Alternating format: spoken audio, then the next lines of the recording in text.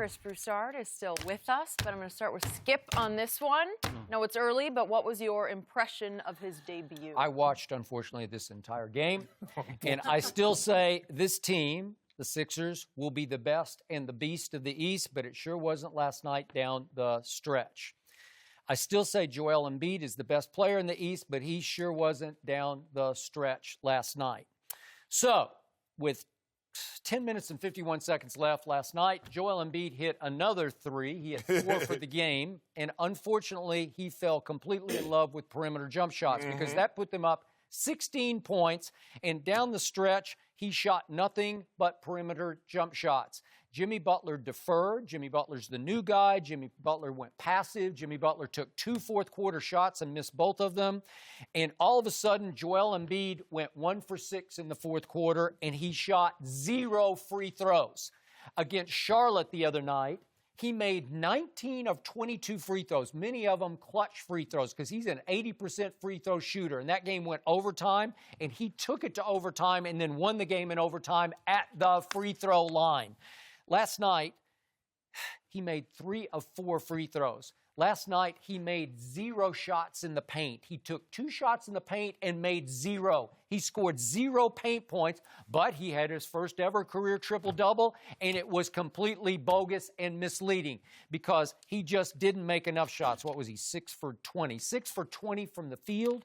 It won't work. When you shoot 4 total free throws, it won't work. He should have paraded to the free throw line with a 16-point lead by commanding and demanding the ball in the paint because Vucevic can't stop. They don't have anybody can stop him. But if he falls in love with threes, because he made 4, and he starts shooting perimeter jumpers, they are going to lose, and they did. They're going to have to figure it out. Either he's going to have to give the ball to Jimmy and let him close, because Jimmy is like, okay, you're the big dude, you go tonight. And it did not work. But I still love this team's potential. It was a curse because he's going against Vucevic. And Vucevic is shooting outside. He's making them. And, they go ahead because the first half battle, one had 18, the other had 16. But Joel Embiid was 2 of 14 after the first quarter, to your point, Skip. And that's what happens. I hate when big guys make a few outside shots because you can see that's going to be the theme for tonight. There's no reason, and I get it. It's nice to be able to have that to your arsenal. But, dude, you're 7'1", you're 280 pounds. Get your big butt down on the block and punish someone. It should be unacceptable for him to shoot anything less than 8 to 10 free throws a night.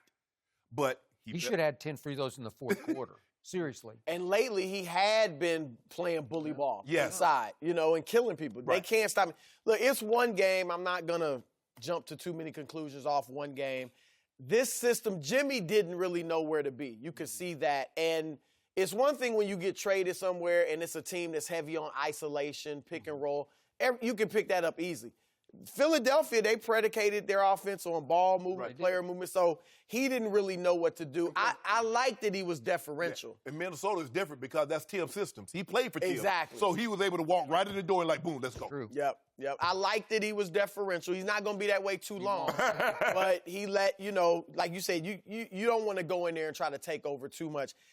Ben Simmons was that's what. See, I think Brett Brown, who is a good coach, he's going to have to find what's the perfect system for this group.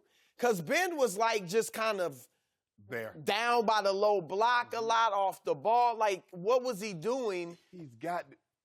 And I don't blame it just on Ben, but what is their system calling for him But to do? in order for Ben Simmons and this team to eventually get to the ultimate destination, he got to get at least a 10-foot shot. Yeah.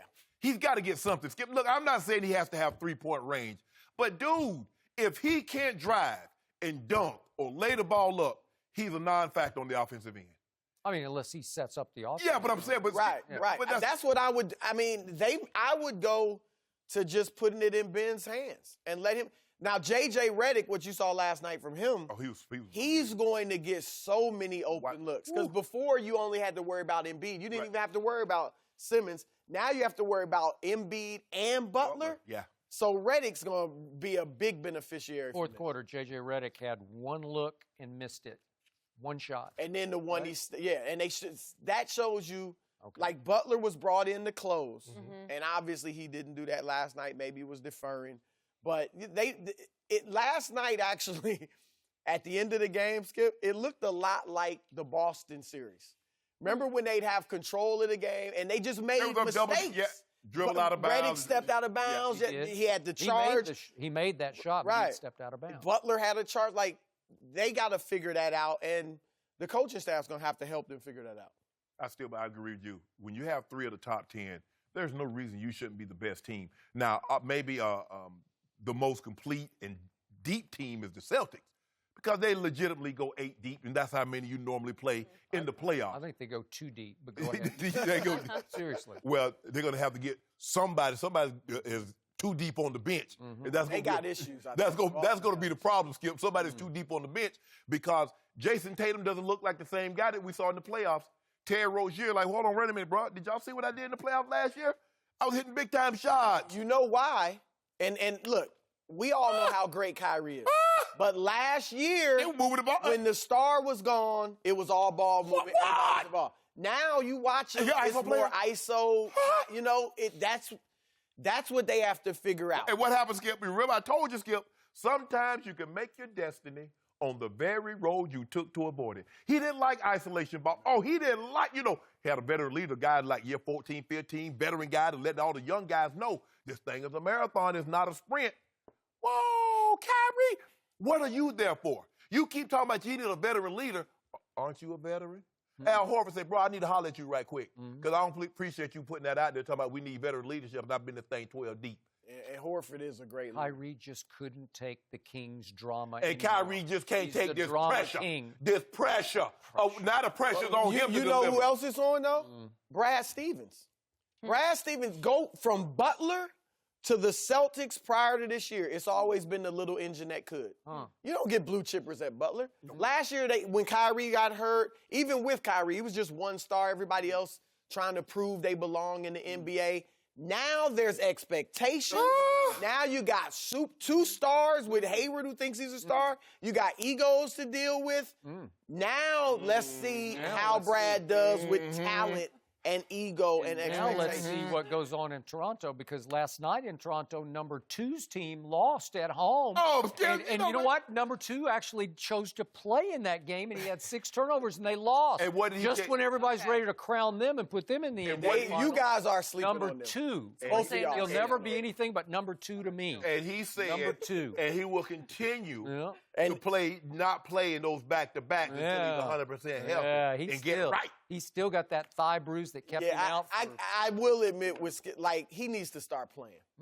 He's only on pace to play, 58 games or something? Like, come on. But it'll be 58 good ones.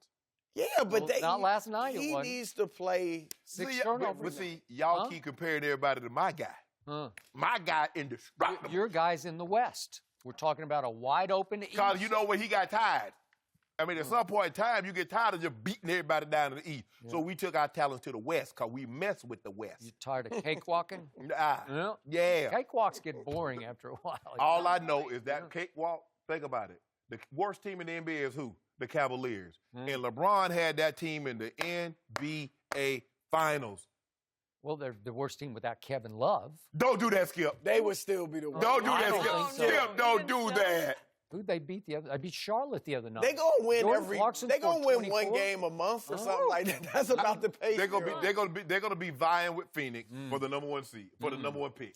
It could be a blessing for my Phoenix hometown. beat what's left of my Spurs last night. So. Y'all right. What's left of them? What's left?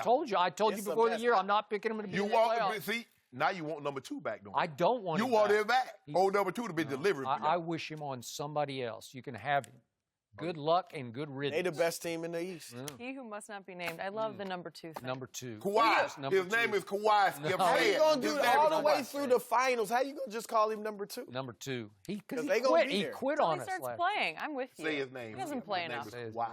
I agree. Say it. Show enough. All right, Chris. Thank you for being here.